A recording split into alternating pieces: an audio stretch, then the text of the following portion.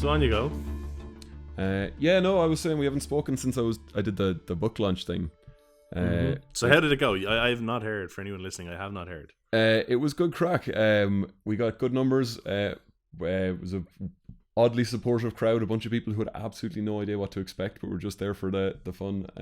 Myself and Leela, who we had on either last episode or the one before, who was living in fear of this book launch. We launched both of our books. He got his out on the 26th of October. I got mine out on the 25th. Accidentally put it out a day early, so I guess I win. I don't know if that's if that's what we're doing. But I did a little presentation, did a history of April Fools, and did up like a little talk on every bad thing I've ever done to the man. Everyone enjoyed that. Then we did dramatic readings, but we did dramatic readings of each other's book. Oh, God. So I gave him the absolute smuttiest chapter from my book to read. And of course, he's never seen it before.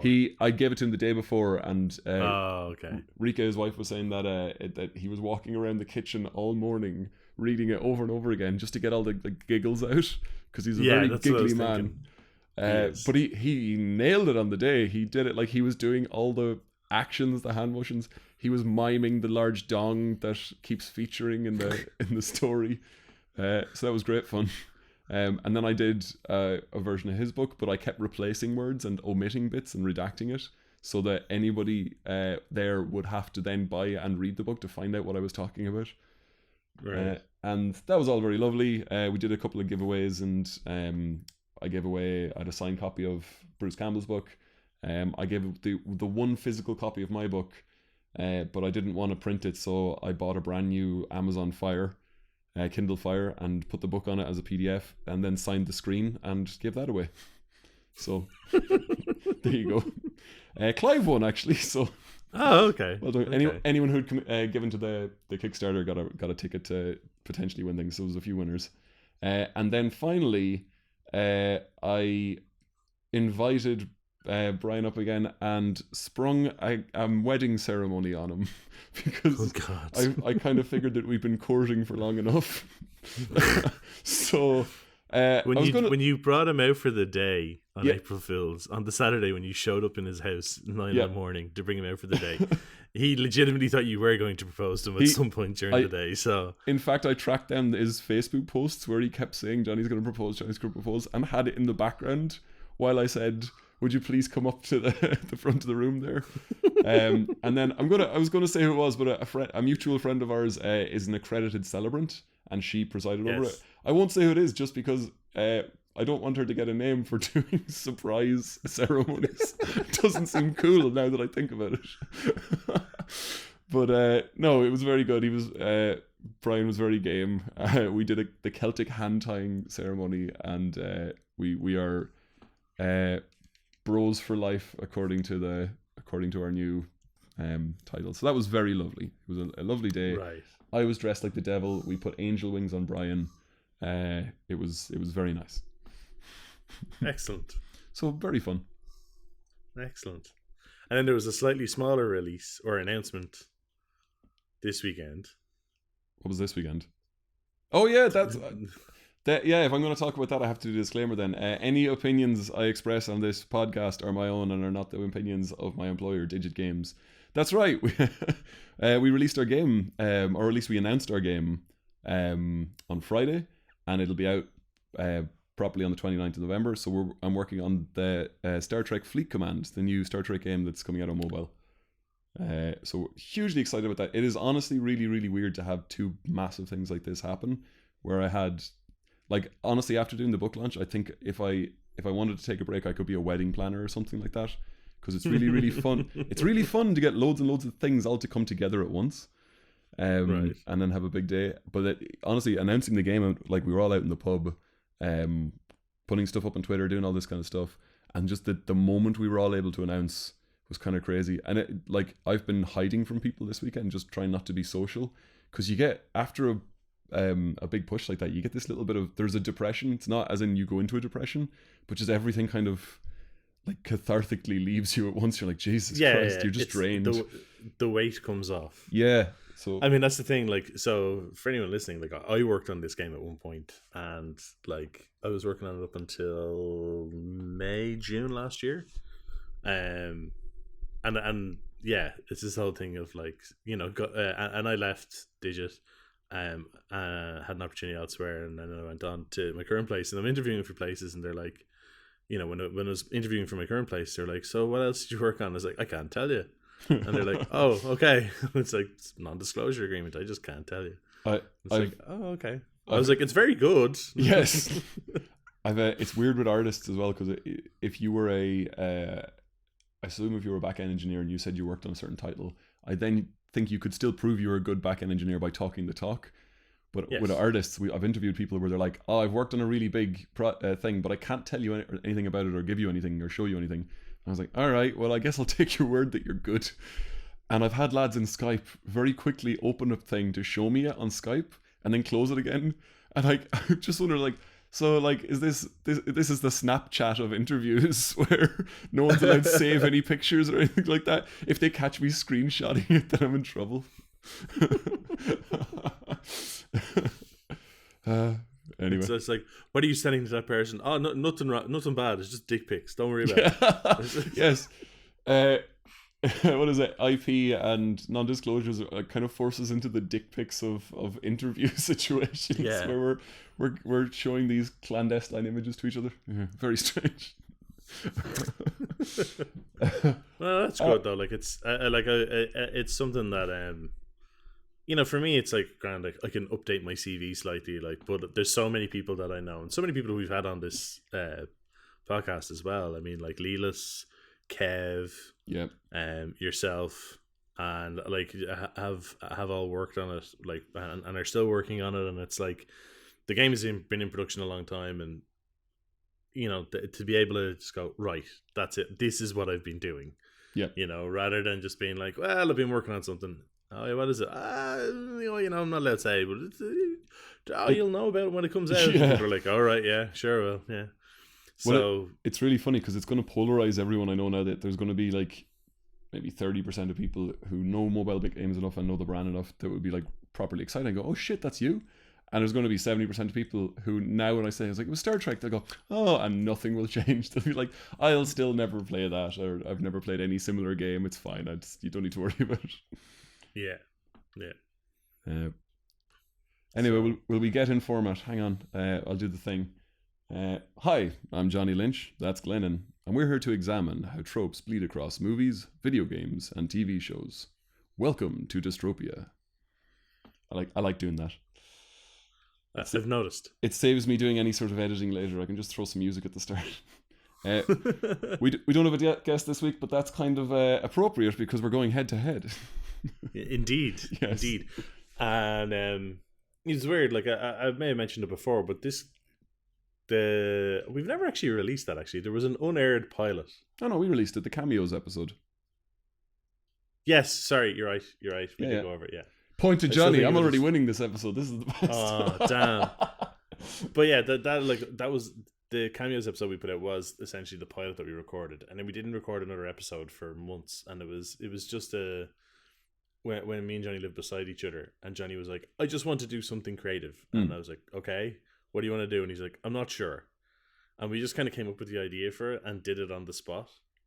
And then when we were listening back, we were like, maybe we could get someone else in as well, just to have the third voice. And that was good for when we were starting out, just to kind of find our rhythm. Yep. And now we don't need those scrubs. No. Hold us back dead weight, huh? Yeah. Bunch of wankers. But yeah, so like going back to head is That's what. Sorry, when you were saying that about the first episode, it was that we would choose a winner after each round. Nearly, we would both pitch, and then what was the better one? Yeah, which is weird because we always pitch multiple movies and TV shows and stuff, so it never really was going to suit. No. But you know, we had to have a backup because we were going in blind to what the other person had prepared. It was like, shit, what if he says the one I pick? Yeah. So, which is still fun, honestly. Yeah. Well, yeah. Cool. You know, or I think it's more fun when we completely disagree. Like when I say that Bane is the best villain in the Nolan series, and then you're wrong. Yeah, absolutely. Like, you know, I think Dr. Octopus. I mean, it's we're all over the place with these ones, really. So yeah, so we're talking about head to head today. So films or game series or TV series that came out at roughly the same time that had massively similar style or plot. Mm-hmm. And usually coincidental, usually just like parallel thought, parallel development, and it just hits. And so though I don't know if my ones would fall into that. I know at least I'd say actually some of mine do. It's probably my TV ones don't. That's about it. Yeah, TV ones are funny. We'll get to that, but they don't go up against each other quite as much because there's more room for people to kind of dip in and out of similar things. And then you've like different things on different nights of the week. Exactly. So it's not like they're directly competing. It's like I can watch one thing one night and then I could watch X-Files one night and Fringe the next night. I know they weren't competing because they were years apart, but it was like they're two very similar series, and but even if they had been on at the same time, they probably would have been different nights of the week. To skip ahead a wee bit, I always loved that Constantine came out way after Supernatural and then didn't do well. And I was like, I know, I feel so bad for you, Constantine, because that it was kind of your shtick and they just got there ahead of you. So starting off with movies, my notable tropable is this idea of dueling movies. If you go to tvtropes.com, there's this ridiculously long list of all these movies that came out around each other, around the same time as each other. And my favorite section on it is there's a whole bit of disaster movies, because I thought it was just Armageddon and Deep Impact, which both came out in 1998. But Dante's Peak and Volcano, Tornado, and Twister. Like there's all Abyss and Leviathan. Yeah, there has to be a situation where something big happens. Like there has to be a news story where it's like, oh, a meteor could destroy Earth, and then everyone starts writing. Like there has to have been these little kickoffs, because as far as I can tell with Armageddon and Deep Impact, as much as the studios didn't like each other, they both had these things in the work at exactly the same time. And it is like the storyline, if you go and read the blurb on the elevator pitch for each one, it is giant meteors heading to Earth, kill everything on impact. You have to send a spaceship up to it to drill into it, plant nuclear weapons, and destroy it in space. And like that is both movies. That is so ridiculous that both of them had exactly that storyline. But they're both completely different films. They are completely different. Like one of them is Michael Bay. Yep. And the other one actually treats it like a serious film and a serious premise. And there's a whole Elijah Wood outruns a tidal wave on a motorbike, but like there's like they still treat it as like spoiler alert for a film that's 20 years old this year. In Deep Impact, their plan to blow up the asteroid fails. So it becomes this whole thing of like, well, now we have to fall back on plan B, which is we have to choose who survives the end of the world. Yes. Which is, obviously it's pretty grim, but at the same time, it's that they went that direction with it. I always thought was quite good. That it was there was a willingness to just go, which is quite rare in Hollywood. Of like, no, sometimes people don't make it out. Yeah. Sometimes the vast majority don't make it out. So here we are. Yep, that's what catastrophe means. Yeah. As opposed to like, there was that thing in a lot of like disaster films in the 90s where it's like, oh, there was a disaster and 4 people got killed. There's thousands injured, but 4 people got killed. Yep. So they were aware of each other's production, and apparently there was a point where Morgan Freeman gives a speech and did as part of the speech says there will be no Armageddon in the movie Deep Impact. And in early screenings, everyone just fell about the place laughing, going, that's very funny because you're both making the same movie. And they had to cut it eventually. They were like, no, that's supposed to be a really pivotal moment. It's not worth it to keep. It's absolutely not worth it to keep that joke in. Speaking of movies that are aware of each other, I was listening to a podcast called Twinsies, which is literally about movies that come out around the same time.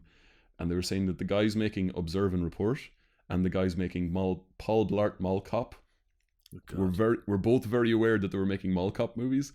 So they would they would be sitting around and sending each other pictures from their sets saying, here's what our Mall Cop costumes look like. And they're like, oh, you're going blue as well? We'll go with brown. And they kept changing things so that they wouldn't be compared. And of course they were compared. Yeah, but they were probably trying to make it like at least visually distinct or something. Exactly, yeah. But, when you're in that territory and they're just going to both come off as shit. So yeah. I'll do one last one very quick, which is probably the most interesting one for me, is A Bug's Life versus Ants. Yeah, and the reason I figured you might take that, but just because of its like there is actually like a fairly involved story behind that.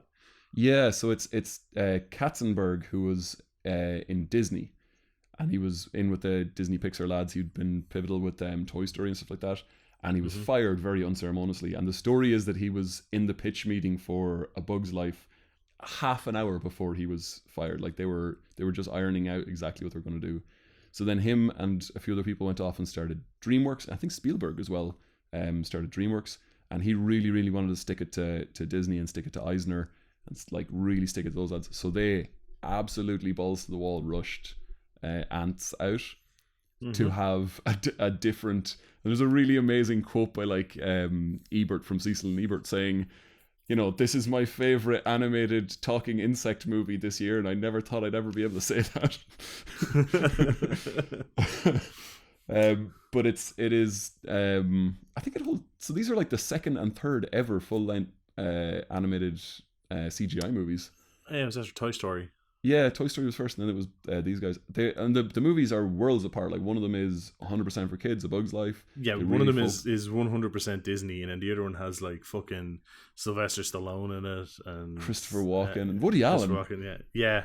All voicing different members of the ants colony. Like yeah, and it's all like it's 100%. Like if you're writing a story about ants, you know what the story's going to be before you even start. It is he feels like one in a million, but then it turns out everybody has their own like strengths and weaknesses. That if you're writing about an ant colony, that's the story. But they are such different movies. But the storyline behind where the guys were just really, really trying to fuck each other over. I think you can see it in Ants as well, where the animation isn't as good, and like there are whole sections where things don't look textured, and like the ants are brown but don't seem to have any actual feature to them, kind of. There's a lot of static scenes with people talking. Yes, because absolutely. It was faster to animate. I think they both have a insects eat poo joke as well, where they're like, they go to a restaurant and it's like, who ordered the poo platter? And a fly puts his hand up and they put like a plate of dung in front of him, and they do a very similar joke in Ants. And I'm like, yeah, I love that. I love where they all matched up together, because although they hated each other and they clearly were talking to each other, there's a few jokes that just naturally fall out of the premise. Yeah. That's your entry level comedy to that particular topic, and exactly. It's like, where do we go from there? Like. The Ants one was such a weird one, because that would have been their first movie then from DreamWorks, and it's, oh man, like if you thought of it, the established kind of DreamWorks thing doing that now, like it's going to be a Woody Allen movie for kids, you're like, oh my god, no. Yeah, it's like for like his kids, because that's gotten weird in the past. What was your one? What was your entry? So it was like, so it's a double head-to-head. Right, because of the style of the film. So I went for the dysfunctional buddy cop films, right, where it's always like, oh, he gets partnered with a rebel, you know what I mean, like Straight Laced Guy gets partnered with a rebel. Yep. So it's Cop Out with Bruce Willis and Tracy Morgan, right, and the other guys with Mark Wahlberg and what's his name, Will Ferrell. Will Ferrell, yeah. The guy who I find is funny for an hour out of his movies. For the first hour of his hour and a half movies, I find him hilarious, and then he just gets boring. They both were released in 2010. They were both released in 2010. I never saw Cop Out. And then there's Ride Along recently as well, I think. Jesus Christ. Yeah, Ride Along was a few years later, but those two came out at the same time, and it was kind of, they were both kind of done as a resurgence after, oh shit, what was the name of the film? It's Eddie Murphy and Robert De Niro. Robert Redford? Not no, 48 Robert Hours De Niro. or something. No. Yeah, there was a mid-90s, like late 90s, early 2000s cop film. Showtime. That was it. Was it? I've never seen it. That's amazing. It was basically, the premise was that there was Robert De Niro was this, like, you know, legend on the force, and, you know, hundreds of collars, and just, you know, get shit done kind of no nonsense cop, as you would imagine. And Eddie Murphy is this like guy who was on the beat but managed to like bust a massive thing open by himself. and was like, makes it to detective, and they're like, okay, so we're going to team these two guys up, because when Eddie Murphy did it, it was caught on live TV or something, and we're going to put these two guys together, and your car is going to be rigged with cameras, and it's going to be a reality TV thing. So it's a reality TV thing with the pair of them, but it was like to help the image of the department and all this. But they don't get along, but then they learn to respect each other. But it actually did quite well, particularly on like DVD and video afterwards. Like I remember working in a video store when that was out, and that was one of those that we just couldn't keep on the shelf. It was constantly going out. So these two kind of came along later, Cop Out and the other guys. Speaking of cop movies, there was Turner and Hooch and K9, where it was cop is paired with a dog, and they came out within a year of each other as well, which is astounding. So the other guys, written and directed and produced by Adam McKay, who basically is the biggest Will Ferrell fanboy ever. Right. So he's a guy who was like a writer and a performer on Saturday Night Live back in the day. He is responsible for pretty much every major Will Ferrell film of the last 20 years. Wow. Like at your minimum level, and your minimum a producer on, like, hang on, I can look it up here. This guy has done an insane amount of stuff.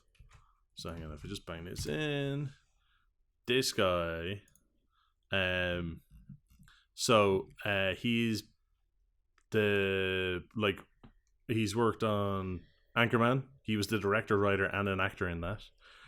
Wake Up Ron Burgundy, Talladega Nights, Step Brothers, the other guys. I know who he is then. Yeah, because I've seen interviews with the Anchorman cast and crew. Yeah, he was one of the writers on Ant-Man.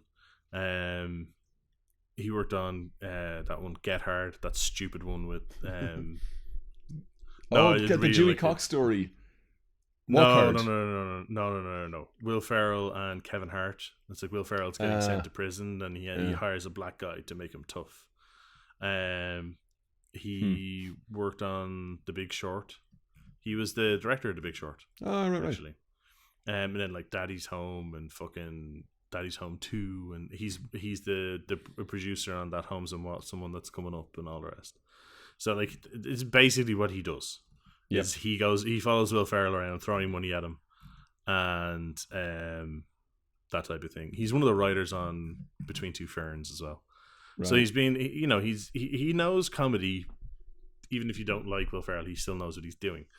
And even like since I think that was the first film that Mark Wahlberg worked with him on, and since then Mark Wahlberg's done films with him, such as the Daddy's Home, right? He did Daddy's Home 1, 2 with him and stuff like that. And it seems to be very much the thing of that, like, he's really nice to work with.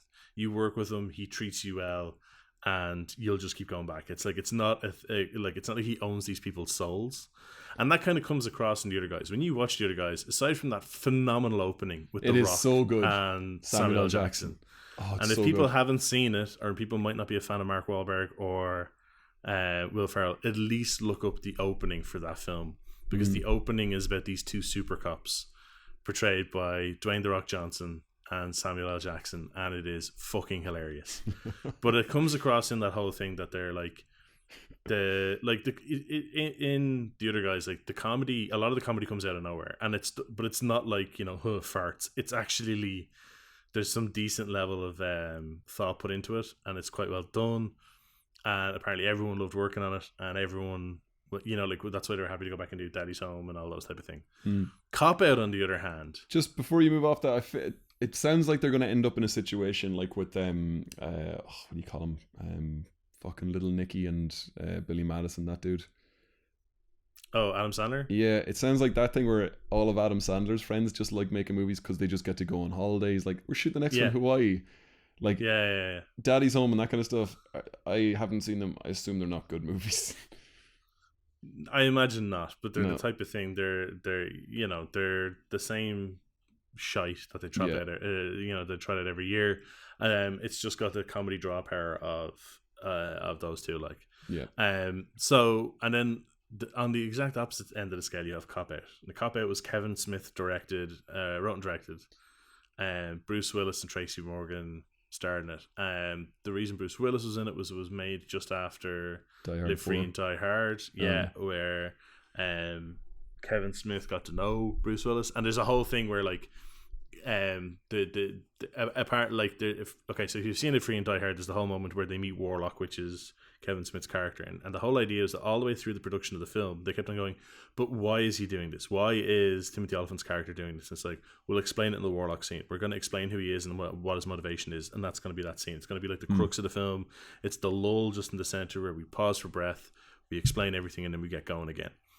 And when it came towards that part, it was just like shit. The writing was horrible. Yep. And he was on stage. There's a whole thing you can watch online about it, where like Kevin Smith is talking about how he was like, well, look, if you want, like, you give me like, you know, an hour and a laptop, I'll go write up a new version of this, and we'll hammer this all out. You tell me what you need me to say, and I'll hammer it out. And Bruce was like, sure. And he did it, and like Bruce Willis fought for it. He loved it, and he fought for it, and they got it into the film.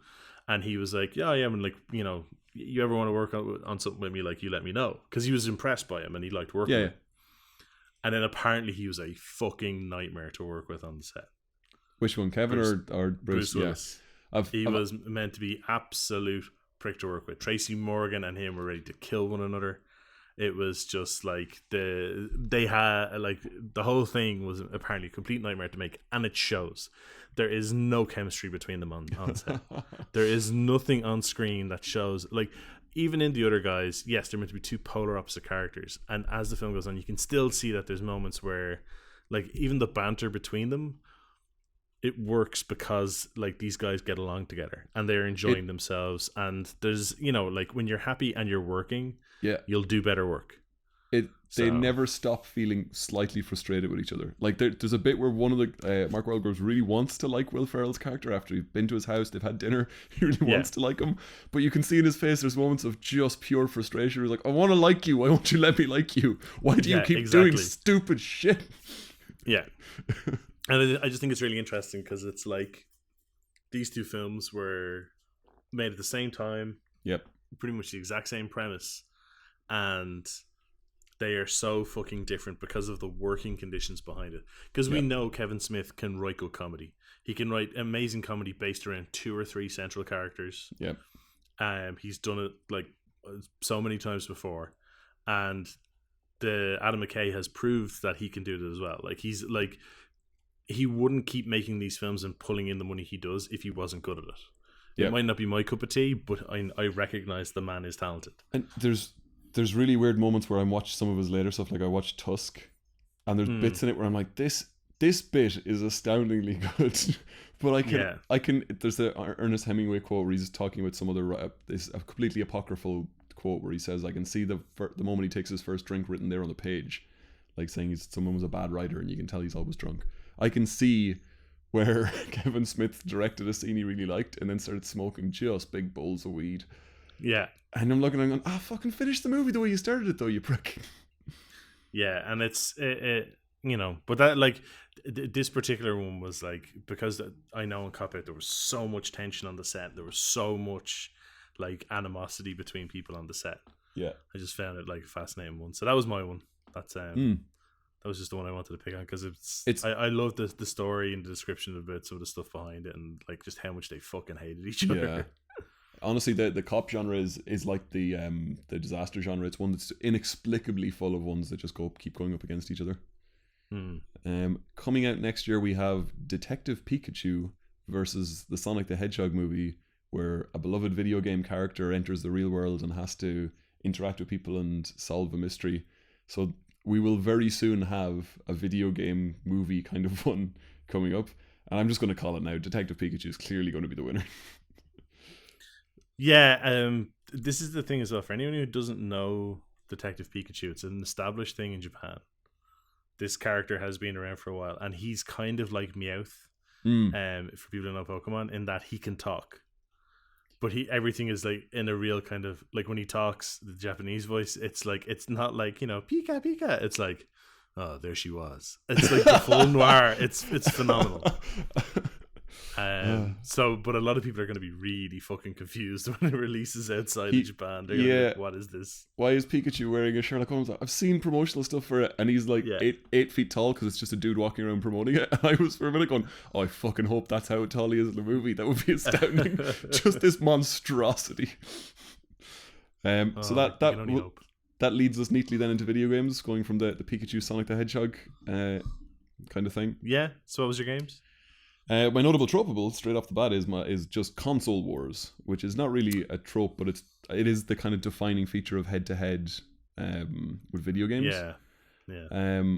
And the kind of the absolute classic one is of course Sonic versus Mario. And I was reading up there that like Mario obviously was well established and like it kind of kicked off the first video game kind of revolution. And in 1991, 15 people sat down and just spent days thinking up a mascot that could compete with Super Mario. So they just sat down, like Sonic is built as a Mario killer. That's all he was ever supposed to do. They eventually became Team Sonic. And I remember in the early 90s, Sega trying to be the edgy ones compared to Nintendo's family-friendly kind of because Nintendo have like over 100 years of history of being a family entertainment company. Yes. Were they playing cards? What were they first? Yeah, it was playing cards and then board games and stuff before they moved into computer games. But I remember getting all my PC Gamer magazines and PC Zone and all those, and Gamer Zone and all the different magazines that would what was it, Games Master.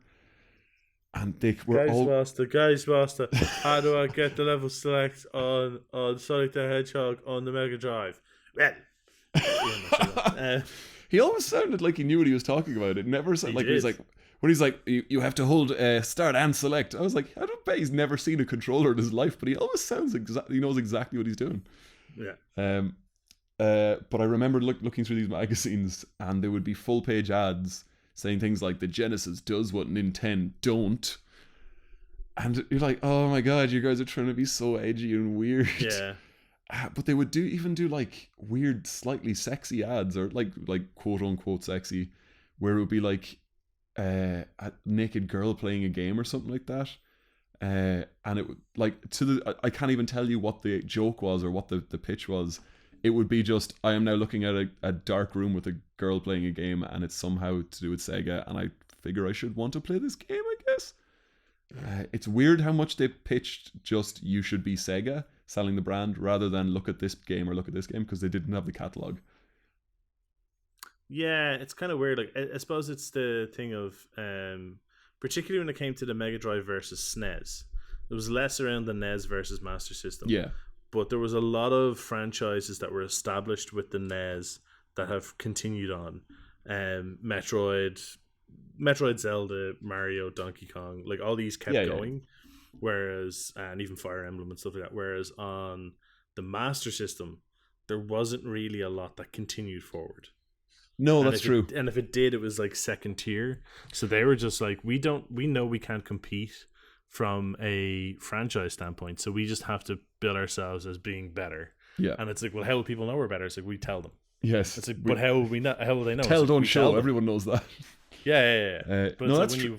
In the days of like, if you think back to the days of like print media, there was no real internet. There's no way to know. And part of their thing was like, we want people to like, peer pressure is a thing. If we can convince one person in a town to buy a Mega Drive, then their friends are going to want Mega Drives so that they can play the games together. Like, as in go over to each other's houses, trade games, swap games. Because Nintendo were kind of, I'm not going to say that they were against it, but they never really acknowledged trading and stuff like that. Yeah. Whereas the Mega Drive, as they started to make bigger games, they used to insist on there being at least 3 save files, because they knew that people would want to swap and trade and try stuff out. Yeah. So it was actually kind of Sega that pushed that a bit. That's not to say that Nintendo didn't do it at all, but like Nintendo, they usually just had, save A, save B. Yeah. And that whole idea was that like, if you wanted to start again and try and change your character, but it wasn't a case of, if you want to like swap around with people and try stuff.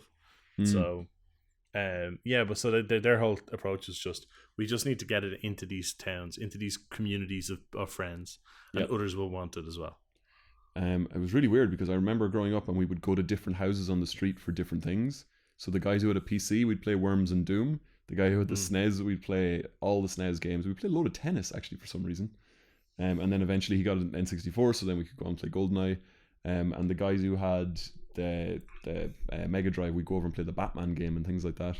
Yeah. Yeah, it was so funny.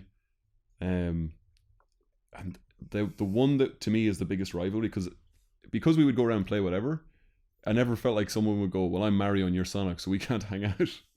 Yeah. But I got it with Street Fighter and Mortal Kombat and all the fighting games, because it was, first of all, they're combative games. That's their very nature.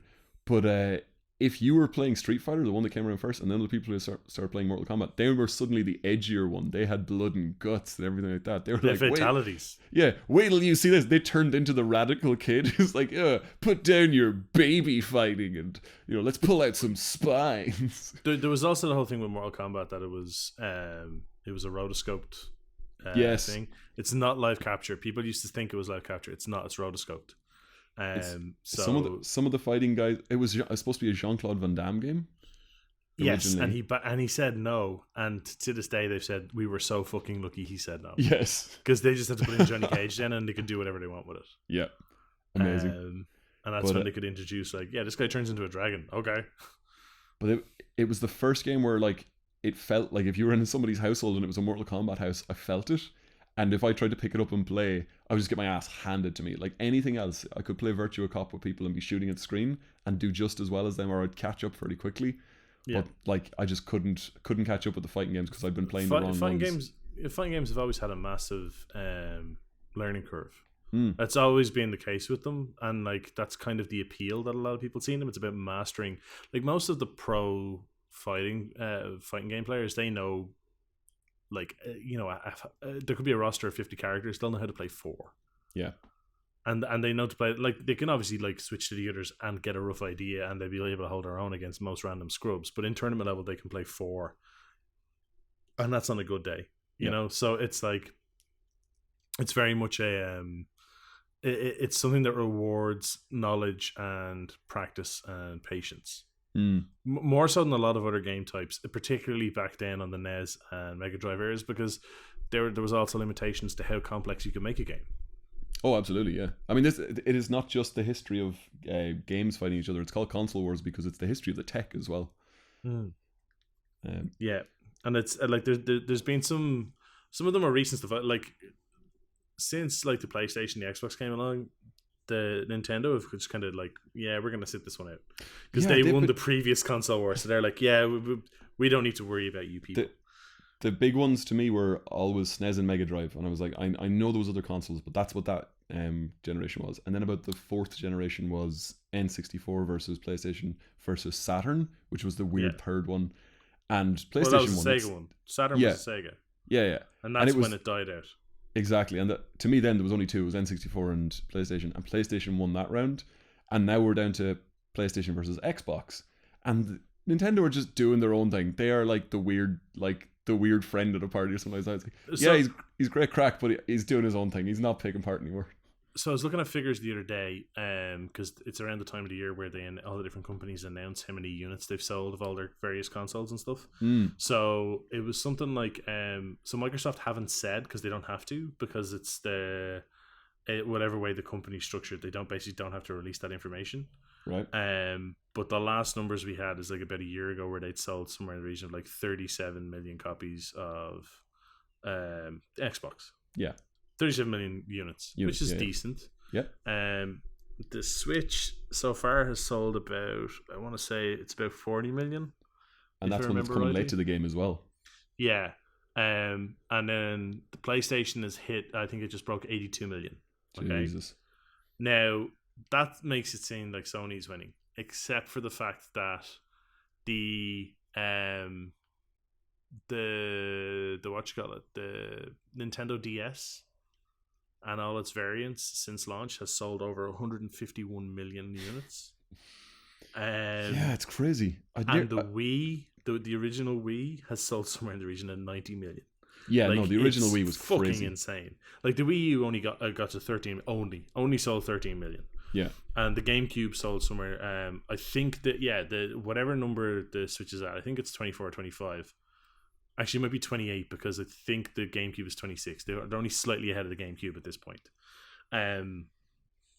But it's like, Nintendo are just kind of like, we don't need to worry about you guys because nobody else is doing handhelds. They're like, we have the handheld market, and they definitely have it now with the Switch. But they're like, we were doing the DS thing, and that's fine, and that does the job that we needed to do.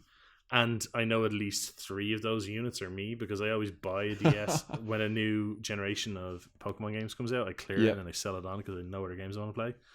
Nintendogs, surely. Your poor Nintendo dog. So like it's a weird thing that they're like, the console wars have kind of become Sony Xbox, and probably the most delicious little move I've seen between them was when Sony were about to release the PS3, I want to say. Right. It was delayed, and part of the reason the delay was Microsoft, because at first Microsoft weren't in the console game when PlayStation started in, so they signed deals with Microsoft going, well, we're going to use PC parts, so we need to deal with you guys, and they're like, sure, we'll help you. And then they went off and like, but the thing was written in such a way that they were like allowed compete, but they never expected them to, because they were like, well, they do Windows, they're PC guys. Yep. And they went off, and at one point they turned around and they're like, oh yeah, so we need this graphics card designed for us, can you help? And Microsoft were like, sure, of course we can. So they were helping to design the graphics cards that goes into the PlayStation 3, and in the run up to the launch, it got mysteriously delayed by a few months. So the Xbox was the only console out that like the only one that was properly there and had a presence for Christmas one year, and it just fucking crushed them. I didn't think it was that story. I was remembering one where somebody had trademarked or patented something that the other person was developing, because like that they were developing stuff at the same time, and I think it was Microsoft just went, oh, that peripheral that plugs in that way, we have patented that exact plug design, and you're gonna have to every unit you sell, you're gonna have to give some money to us. And they're like, then we'll redesign it, and basically lost months trying to do that as well. So it was for the PlayStation 3 versus the Xbox 360, it was part of what asserted the dominance of the 360 was that they were able to by essentially slow rolling the production on these graphics cards, and being willing to pay the fine and being like, oh, we're really sorry, breach contract, and there was already fine set in the breach contract, and they go, oh, here you go, here's the money that we owe you. They were able to guarantee that their console was the only one. I think the GameCube was still knocking around or whatever, or it wasn't even.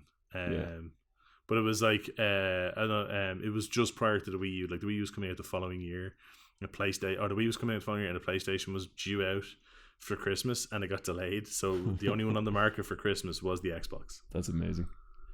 So there was a lot of that type of shit, and then like it didn't help what PlayStation did with their tech anyway. So in my mind, the current generation is PS4 versus Xbox One versus PC, and that's their own thing. And even PC is a bit weird there. And then it's nearly like DS versus mobile, like all that kind of handheld stuff. And the Switch is just sitting there going, well, obviously I'm better than handheld, like a mobile phone game, and I'm more fun than any of these consoles, so I'm here if you want me. Yeah, it's a weird one. Like PC still kind of doesn't give a shit about what a lot of the other ones do.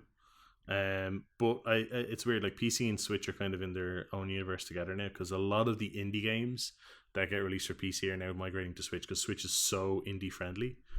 Like, for people who don't know, when you're making a console game, you need a developer's kit, which is a special variant of the console that can run incomplete games for testing purposes.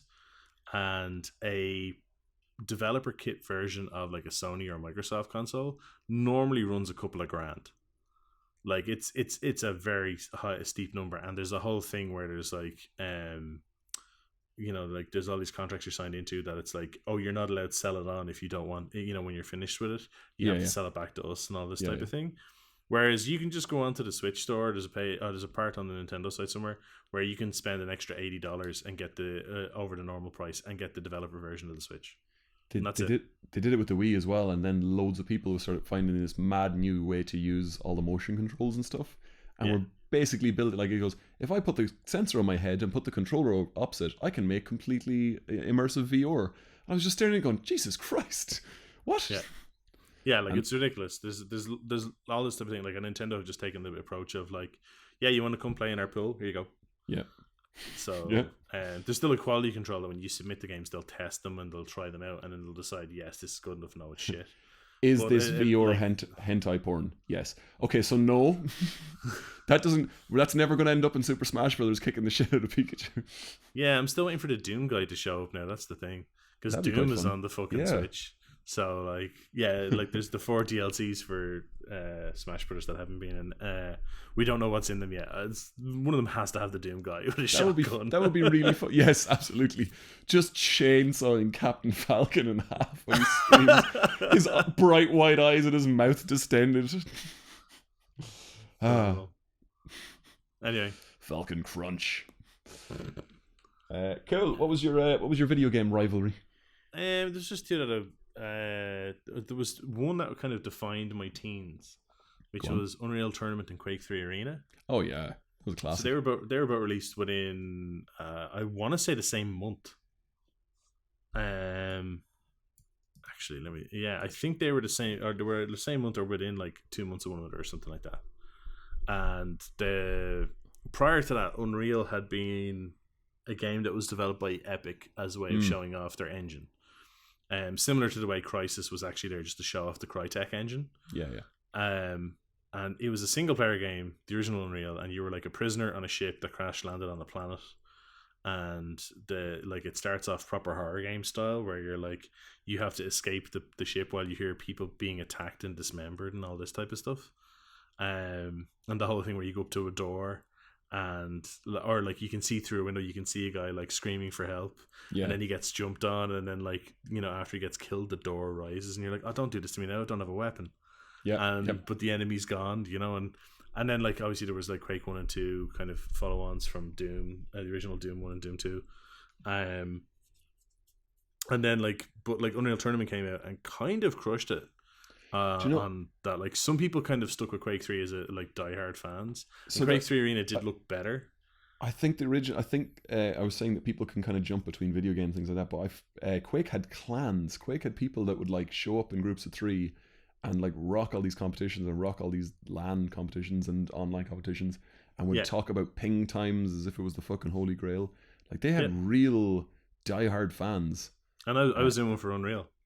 I was in one. There was a lot of people around Dublin that used to play in one in Unreal, and used to be like the Unreal Tournament. Now, not original Unreal. Like I played original Unreal. I was like, oh, cool, this is a game, and then just kind of like finished the game. I was like, that's nice.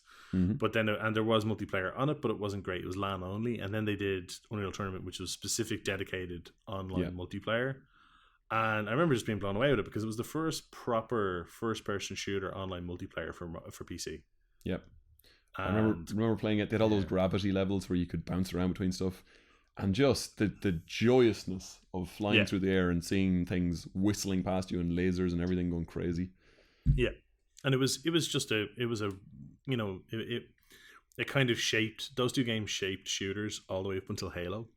Oh man, Halo changed it around after that, you know. But I'm still watching people play Overwatch, and it looks like Unreal Tournament with there's all these crazy different things you can do. In Unreal, you could fire an ult from one of the guns which shot a really slow-moving... shock rifle. Yeah, the shock rifle. So it was usually a very quick pulse that would like pinpoint accuracy and would be it was a railgun. Instant hit. So it was instant hit. And but you could fire a slow-moving version of it, like a pulsing ball of energy. But then if you shot that with the railgun again, it would cause an explosion. So you could kind of get these crazy things where you would shoot at someone who's whistling through the air and then take a second shot and blow them out of the air as well. It was great for clearing doorways. And then there was like the frag cannon where it was like it would fire essentially just it was a shotgun scaled up to something huge. But you could also like alt fire to throw it would pop the shell out like a mortar, and it would hit and then explode from that impact. And there was like all these type of things for like clearing doorways and yeah, those two kind of came around at the same time, and they both like it was kind of that thing of like a lot of the times when two things would go up against each other, and you even see it with, like you mentioned, Overwatch and Battleborn, and like Overwatch was a definitive winner in that kind of thing. Like, but this is one of the original ones where both of those are still going. Unreal Tournament and Quake 3 are still going, or Quake, I should say. To this day, they've both had a number of successful sequels. They're both still pumping out games, and it's it's kind of interesting to see that they've lasted this long. They truly are the Oasis and Blur of the video games thing, because I can remember the heated discussions in the 90s about them. The other one that was a more recent one, and again it was almost exact same genre, but this is more of a good version, a bad version, was Elite Dangerous and Star Citizen. Okay, I didn't play either of those. I know of them both, and I'm very impressed with both, but I do not have time to be a space harrier. Yeah, so like Elite Dangerous and Star Citizen were both announced within 6 or 7 weeks of each other back in 2012. They were both kickstartered. They were successfully crowdfunded on Kickstarter. They both vastly exceeded what their initial goal was. Elite Dangerous is actually launched. It has a persistent player base. It's constantly adding new features to the live game, and it all seems great. Star Citizen the UI is very pretty fucking as well. mess. Yes, right? This is Star what I've heard. Citizen is the biggest fucking mess you will ever see. It is. I can't even think of the proper analogy to explain it. Let's just put it this way: Star Citizen was is the definition of what's called feature creep. They are constantly going, "Oh, let's add something new. Oh, let's add something new," and they're constantly selling stuff ahead of time. They'll put up like, "Here's a new ship with all this type of stuff on it, and you can buy it for the low price of $1,000." And I mean actually $1,000. I'm not talking about in-game dollars. There was a ship pack added recently. I think it was in the last 6 months, and the only way for it to even appear on your store was for you to have spent $1,000 in game, and then the pack itself cost $27,000. Jesus, what? Now, these ships were not in the game when you bought this pack. I don't even know if they're in the game yet. You were essentially buying the JPEGs for something that would come in eventually, apparently. Fuck. Every time they show off, like, you know, they have their like convention twice a year where they go like, "Oh, and here's the new stuff we're working on, and here's the progress in the game." And every time they show it off, there's something new that's been added that nobody asked for, but is taking up development time. They've now put in a thing where basically you can use your webcam to recognize your facial expressions, but like half the time it just looks like your character is having a stroke. Yes. And nobody asked for this, and nobody wanted this. But somebody had to spend development time on that. And in the meantime, the game is still not fucking finished. Right? It is an absolute joke. I am so glad I steered. How long has this been not to sound too much like a Motown record, but how long has this been going on?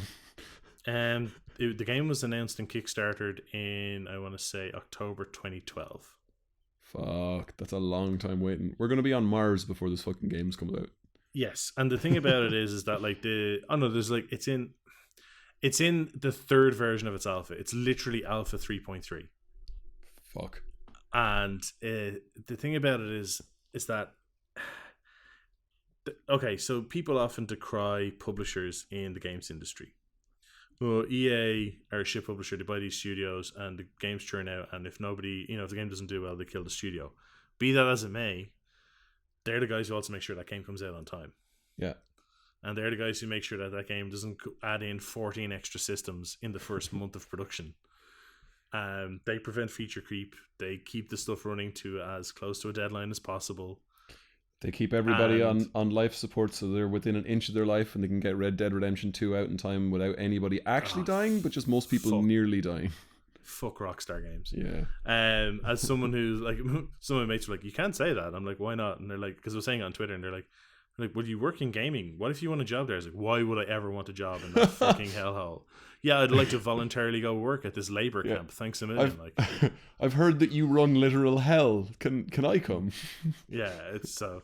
But like the publishers keep these people on track, or investors keep them on track. So or sometimes you'll see that like something is self-published, but somebody's invested in that game. But Elite Dangerous and Star Citizen were two games where there's no publisher and there's no investors, but Elite Dangerous did it right and Star Citizen have done it wrong because there's no one holding them accountable. I am probably going to go after this and just look up all, because I remember seeing all the ships for sale for those crazy amounts. Like there's ones for sale. There's a whole plethora of them for sale for like $1,000 or whatever. But I thought that this game was like about to come out, and that was your little pre-order bonus or whatever. The idea that this is still in second alpha is actually astounding. Third alpha. Third alpha. Good lord. Alpha 3.3. That was the trailer that they showed off 2 weeks ago after their big convention, where they're going around there and they're showing you stuff that was just... I'll send you a link to the video later. It's fucking abysmal. I don't feel so bad spending 3 years working on my game, so... Yeah, because your game's coming out. Yeah. It's out, go play it. Yeah, well, you know, it's out in some territories. It'll be out everywhere else by end of November. Yeah, end of November. Yeah, so there you go. So everybody out there, you're getting a new phone over Christmas. I know you are. You've asked for it. Do you know what a really nice way to check out or test out your new phone is? Start playing Fleet Command. Yay! So TV. Let's move on before I rant anymore about Star Citizen. So I'll do my notable tropable. And on TV tropes, this is known as the "Take That!" ! Which is where one show is on at the same time as another show, or on the same time slot, but on another channel, and starts taking shots at the other show. And I knew this one from The Simpsons, where it was on the same time as the Cosby Show. Fox put it in their Thursday night primetime slot, and the Cosby Show was one of the biggest shows in the world. So they added Dr. Hibbert to The Simpsons as a way to make fun of Dr. Huxtable, and they had him laugh inanely at times that made no sense and wear jumpers and just like basically they could do little bits of silly jokes and rape them. Yeah, you know all that kind of stuff that they get up to. I mean, looking back, it's not great now, but I like those little ones. And my favorite ones ever were in Community, where when they had gone off air, they were cancelled and uncancelled. Glee took their slot, and then when they came back, they were kind of fighting with Glee a little bit, which meant that then in show, because they're all in a community college, the study group starts a feud with the Glee Club, and over the course of the next 2 seasons, they keep going on about how they fucking hate this Glee Club so much. And at one point in one of the later paintball episodes, when everything's gone off the rails and back on the rails and off the rails again, they're like shooting the Glee Club, and just Jeff shouts, "Write some original songs!" And all those little shots about how much they hate the Glee Club makes me so happy every time I'm watching it. There's the one that is the weirdest one for me, that there was 2 rival shows that came out at exactly the same time, was 30 Rock and Studio 60 on Sunset Strip, which both started in 2006 and were both a behind the scenes SNL style thing. And both had numbers in their title. Like it's the amount of things they line up on is weird, and are just 2 so completely different shows. Yes. But I'm pretty sure that 30 Rock killed Studio 60, because 30 Rock is fun and upbeat, and like if it's about an SNL show, it's actually funny. Like the comedy in there is surreal and weird, and isn't like it's about a bad show, but it's very funny. Whereas Studio 60 is Aaron Sorkin written, and has all of his tropes and all of his walk and talks and all of his little kind of standard quips that he likes to get into everything. But it's about a really, really good show that then is really difficult and dramatic to make. Or not a really good show maybe, but an important and political show. And I remember watching it and really enjoying it. I watched it years later after it had been on TV. And it maybe ran for 2 seasons. And like one season. And I think you watched it because I told you to. Very, very likely. And I would have really enjoyed seeing that show go on, because like it's about a TV show that's like absolute manic to write, that they're trying to get an episode out every week. Even if the show went off the rails and got bad, it would be completely on brand, because it would be them dealing with the show going off the rails. A lot of it was essentially Aaron Sorkin's therapy. So the whole thing with like the 2 main characters in it, Danny Tripp and can't remember their name of the guy, but they're which one's Matthew Perry and which one's other guy? Matthew Perry is Matt Halby, and then the other guy is Danny Tripp. Cool. And those 2 characters are basically the 2 sides of Aaron Sorkin, because one of the guys is a recovering cocaine addict, which was Aaron Sorkin pretty much for the first 4 seasons of the X-Wing of the X-Wing of the West Wing. The X-Wing. It's a very different show. There's a crossover episode I want to see. And the whole thing with Matt Halby pretty much writing the show on his own. Aaron Sorkin, like, he had a writer's room and he hardly ever used it for the West Wing, and he wrote those first 5 seasons on his own. Like, there was a couple of times the odd conversation, the odd joke, the odd like phrasing or the odd like setup was used by someone else in the writer's room, but there was a writer's room that he hardly ever used. Yeah. And the relationship between Harriet Hayes, Sarah Paulson's character Harriet Hayes, and who's like one of the lead actresses on this Studio 60 show, and Matt Alby's character is based on the fact that Aaron Sorkin went out with Kristen Chenoweth, I think her name is pronounced.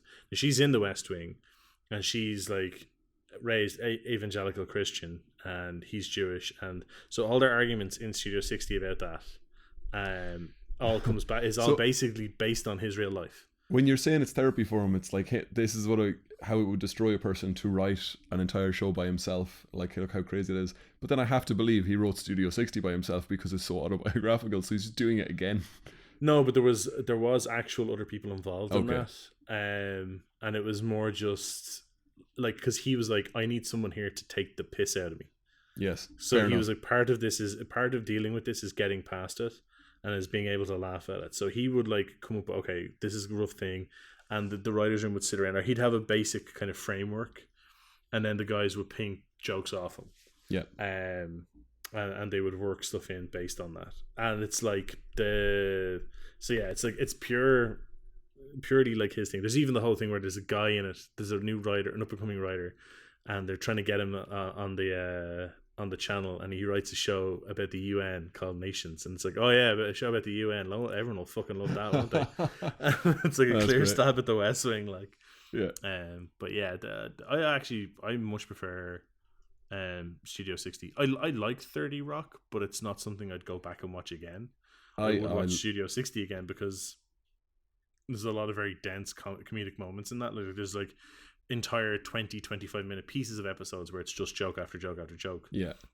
But it's delivered in Sorkin style, which is very kind of low key, like, we're not going to telegraph this. It's just, No, I'm Tina Fey's biggest fan. I love anything she's been involved with, including all the movies that her and Amy Poehler did, that where everyone's like, Baby Daddy or Sisters or whatever those ones are. I always watch those and like, I'm so delighted. I don't know why. This is the best. What was your option for TV show?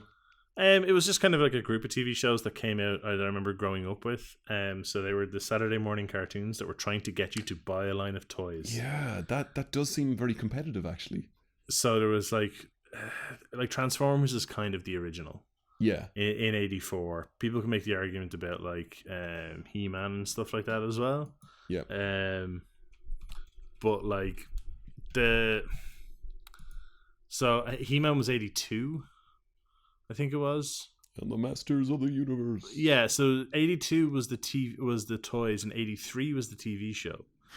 Whereas like when they went in with Transformers, like Transformers kind of blew the lid off it. Yep. In a way. So Transformers was 84, Mask was 85, Jason the Wheeled Warriors was 85, and Dino Riders was 88. And these were the ones that I remember. And so there was G.I. Joe as well. G.I. Joe wasn't competing with Transformers because they're both Hasbro. So they were trying to, because some people were like, I don't like the Transformers thing, and they're like, why not? And it's like, because there's no humans in it, and they're like, okay. So let's have these ridiculous vehicles but have humans. And so, but like and G.I. Joe kind of evolved out of the original Action Man as well. But yeah, I just remember there being like, growing up, it's the whole which toys do you want for Christmas, kids? Yep. Do you want the dinosaurs? Do you want the weird plant vehicle things? Do you want the mask? And I like, growing up, I was very much a Transformers kid. I loved Transformers. I would try and get as many as I could and all the rest. And there was a friend of mine growing up on my road, Martin, and he was Mask, And he, like, if his parents got him a Mass toy and the Mass toy had wings on it, he was like, I'm going to see if this flies out my bedroom window. And he just broke so many of them. He was such an idiot. It was great. But he'd never learn his lesson. We're like, no, Martin, don't do that. And he's like, no, we'll see. This one might work. I'm like, all right. And then he was also really adept at putting them back together. So they bust apart, and he just like, he put it back together, and it pretty much works still. And he was like, yeah, it's fine. But I just remember he's got all these amazing chimera where they're half, like 2/3 of one toy and 1/3 of another. I don't remember. He was Sid from Toy Story, basically. Yeah, kind of. Yeah. But yeah, it's just like I just remember those all being around the same time, and they're all, like, obviously Mask, Jace, and Dino Riders are very much reaction to Transformers. Yeah. And it was like, shit, we got to get something out. Yep. So they all kind of sprung up around the same time, them all linking into one another. There was also another one, but I don't think it counts. It was just the Diplodos, the various dinosaurs that were also like functioning office equipment, like a stapler or a sellotape dispenser. I was like, I don't really want those toys. Dinosaurs were pretty popular between those and then the Voltron kind of stuff you can do with the Transformer toys. And then they had Zoids, which were the ones you made, and you turn them on, they could walk around or swim in a bath or do whatever. Yeah. I remember the end of the Turtles, the start of the Street Sharks, and the what was the other one? Biker Mice from Mars. And they all could do something. They could either karate chop or grip or shoot. And then there was this seismic shift where the real Ghostbusters had come out and all the toys could do all this, but also the toys would transform into a monster. So like you'd have the librarian character and she'd look normal, but then you'd press a button and her entire torso would like flip open and reveal a giant mouth covered in teeth. Yeah. Jesus, that's insane. There was the thing as well, like you mentioned Turtles there, and part of the reason why I left them out is they originated from a comic book series. Yeah. So they weren't. It wasn't that they were trying to be. It wasn't a cynical cash grab. It was a parody that became a cynical cash grab. Yeah. So it was. What's his name? Kevin Eastman. Who's worked on like. Fuck. What was it? He's done. Turtles, but he's done other stuff. He did Heavy Metal. That was it. Oh yeah. Jesus, did he do that? That's amazing. Yeah. So he worked on that. So I think it was like he didn't work on it originally. He bought it when it went up for sale, the license and all the rest. So he bought it, and then he did like more like, so he bought it in the early 90s, and then like with the money he'd made from Turtles and stuff like that. But he'd also worked on other stuff. I love the Turtles. Like the Turtles originally all looked identical. They all had the same colored masks and belts and all the rest. They weren't the 4 different colors. They were very violent. Yes, in the black and white comic where they would actually desiccate people. Yeah, like the whole thing was the Foot Clan weren't robots like they were in the cartoon series. They were people. You said this in a previous episode, and I never thought they were robots. I can see them punching through and like sparks and shit coming out. I never thought they were robots though for some reason. Yeah, in the cartoons they were robots. That was the whole idea. The only living members of the Foot Clan and all that type of thing was Krang, Shredder, Bebop, and Rocksteady. Mad. And everything else was a robot. So there was even, I remember there was a giant mechanical spider called the Knucklehead, and it had it was this weird like giant purple spider that had but each of the 8 legs ended in a boxing glove. I don't know why I remember this. It was in the cartoons though, and I even remember the line. It was like Bebop and Rocksteady are like, oh, like looking at it, and they're like the Shredder. They're like, it's like like Bebop's like, that's great, boss. What are you gonna call it? And it's like, I think I'll name it after you, the Knucklehead. And like, you know, and what's his name? Like Rocksteady just cracks up laughing. And Bebop's like, what? I was like, they're making fun of the disabled kid. Like, this is horrible. Oh dear. But yeah, they were basically they were a different thing. They were a comic that evolved into a cartoon series, which then evolved into a toy line. Yeah. So it became it came from a different kind of approach, as you could say. Yeah. So I think there's if I go home to my mum's house or I'm home over Christmas or anything like that, I'm always going through the TV, and the stuff where people are vying for each other's attention now is very much in the reality TV. So if there's Britain's Got Talent, there's also The Voice, there's also another talent show on another network. And if there's one guy making a cake on one network on MTV, somebody else is making a cake on Lifetime, someone else is making a cake on TLC. Like they're all doing it that way. And I remember that they will copy any premise, no matter how crazy it is. And years ago they had Extreme Makeover on one channel, on one network, and The Swan on another network. They're fucking disgusting. And it was, the shows were basically, they would take somebody who was completely unhappy with the way they look, but like in the midst of crippling body dysmorphia, would put them on a workout regime, a training regime, but then give them a huge amount of plastic surgery in order to make them look better, I guess, quote unquote again. And the longer you stayed in the competition, the more plastic surgery you could get. And you could never see yourself. And then at the end, they did a big reveal. And the reveals were always heart-wrenching, because the curtain would drop and a person would look at a face that they don't recognize, and their family would be standing there looking at a person they don't recognize. And more often than not, you can see the look on their face kind of going, oh no, I thought this would be the happiest moment, but something's still missing. And there was also the whole thing of like, oh yeah, here you go, and we're going to bring you through this whole thing, and we're going to make you fit, and we're going to, we're going to work you out, or whatever it is that you're like unhappy about. And then like, you're going to do all this surgery, and oh no, you've lost, you're still not good enough. Yes, absolutely. Like the idea that you would get to the end and you go, oh, but you're still, you are not worth going forward. Your worth is still not enough. You haven't gained the value that you're looking for. Yeah, oof. It's like stuff like that's ridiculous. It's I hate reality television, and it's just like, and people will make the argument of, oh, reality TV's been around for decades. It's like, yeah, but it used to be stuff like the Old Grey Whistle test.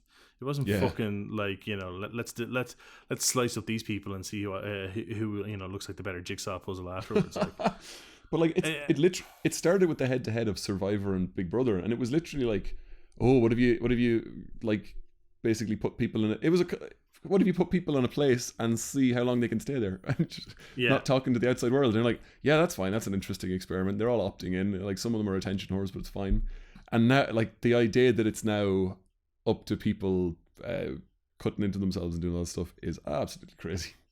The what's called, I think with Survivor, as you mentioned it there, like, so that thing's run for 37 seasons now.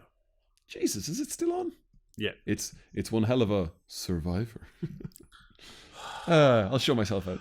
But here's the thing, right? If you trace that back through the whole thing of like who set it up and who it was created by and all the rest,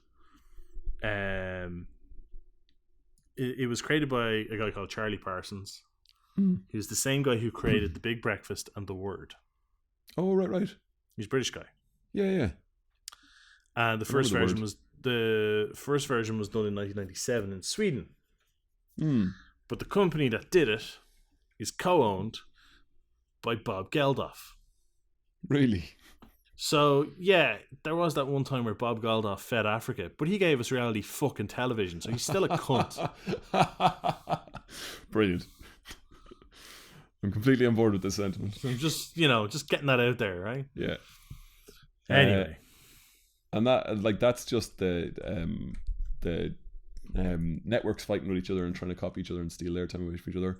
We're now at the point where it's like Netflix versus Prime versus Stars versus HBO streaming, and now versus Disney streaming, where Disney are going to start pulling all their stuff off Netflix and off. Well, that's the thing. Like, so already we've seen Iron Fist and Luke Cage have both been cancelled. Now there's three possible reasons. One, people didn't like them. Two, they're cancelled because they're being pulled to the Disney streaming service. But the thing is, the Disney streaming service has been we've been told it's coming, but we don't know anything else about it. We don't even know when it's coming. So, or three, it's because they're breaking those up so we can get the Daughters of the Dragon, which is Misty Knight and Colleen Wing. That's their comic line, is Daughters of the Dragon. Right. And then the other pair, they're Luke Cage and Iron Fist become Heroes for Hire. And so people, like, since they announced that these two were going to be in it, people were like, so when do we get a Heroes for Hire series? And if this sounds very WWF, but anyway, go on. Well, it's smart. It's comics. Like, it's essentially, that's what it is. Like, and if you look back at if you watch season 2 of Luke Cage, one of the best episodes in it is the episode where Iron Fist shows up. and because at this point he's not a whingy arsehole anymore. He's more what he is in the comics. So like he plays better off the Luke Cage character, and the pair of them, it's actually like, oh yeah, like this is good. This is actually enjoyable. So it's like cool. I would look forward to a Heroes for Hire series. But like now we're like, okay, so is it being cancelled because they're doing those two, or is it being cancelled because it's being pulled to Disney, or is it just being cancelled? Yeah. So interesting. It's anyway. We kind of at the very, very top of the show, we were saying that it's a bit weirder with TV because you can kind of dip in and out. And I want to have a look at a couple that reinforce each other, where there's like two shows out at the same time, but I think they help each other out. And back in the day, we had Bewitched and I Dream of Jeannie. And I think that basically, if you ever started watching one, you'd pretty much start watching the other. They're both kind of, suburban, magical kind of things. And the guys who were working on it both really liked each other. And you can swap the theme songs in them, and it's still identical. Like they were kind of taking cues from each other so much. The guy did the same guys did the theme songs for both. And now you can do that with Rick and Morty and Gravity Falls. Again, where if you start watching one, you'll probably start watching the other.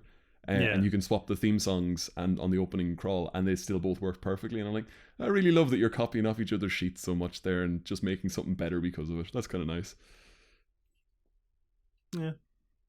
Yeah, it's not quite head to head, I suppose. So no, not quite.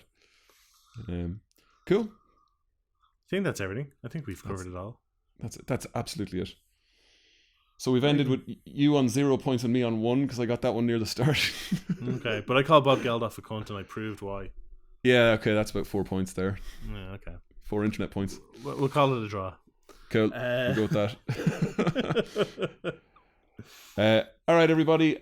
Check out Braxifen on the Twitch streams. He streams most weeknights. Tuesday. Well, no, it's not weeknights for you guys. It's afternoons. Oh, yeah. It's 1 p.m. GMT or 8 a.m. Eastern. Right. Is Tuesday through Friday, which is like 8 o'clock in my time, like 8 p.m. my time. So it's always fun to like log in and just see the completely wrong weather or like the completely wrong daylight in the background, and I'm just staring at it going, it looks like one of those pictures where you're supposed to like a Mensa test, tell me 10 things is wrong with this image, and I'm like, it's nighttime and he's in the middle of a lightning storm as if he's trying to raise fucking Frankenstein.